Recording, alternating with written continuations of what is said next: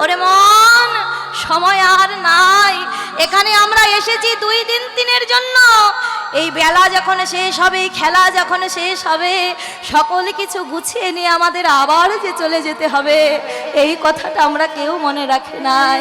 তাই বলছে দাদা, আর বিলম্ব করো না, এইবার সাজিয়ে নাও পালখানা, আমাদেরও যে গৃহে ফিরে যেতে হবে।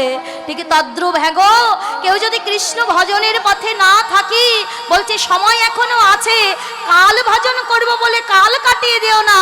যখন থেকেই সময় পেয়েছো তখন থেকেই কৃষ্ণ ভজনের পথে নেমে যাও।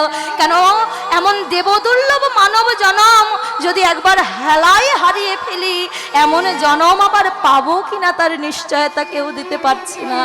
তাই বলছে দাদা, এইবার পাল জড়ো করে নাও।